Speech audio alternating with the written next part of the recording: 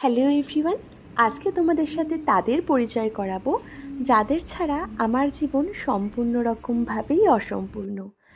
আজকে ওদের facial day.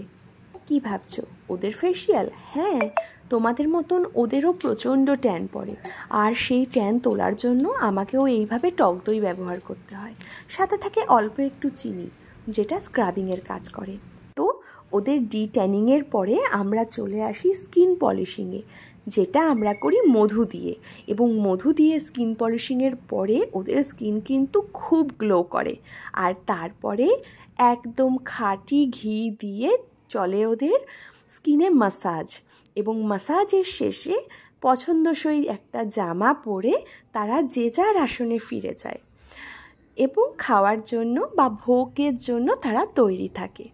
এবার সমস্যা হয়ে যায় একটাই, গয়না গাটি মালা সব তো পরা হয়, পরা শুধু হয় না, ওদের এই এক্সটেনশন হেয়ারটা, যেহেতু এক্সটেনশন করা হেয়ার, তো সেটার তো যত্ন নিতেই হয়। তাই সেই হেয়ারটা চলে যায় ওয়াশে, এবং একটা বেলা চুল ছাড়া এইভাবেই ওদের কাটাতে হয়।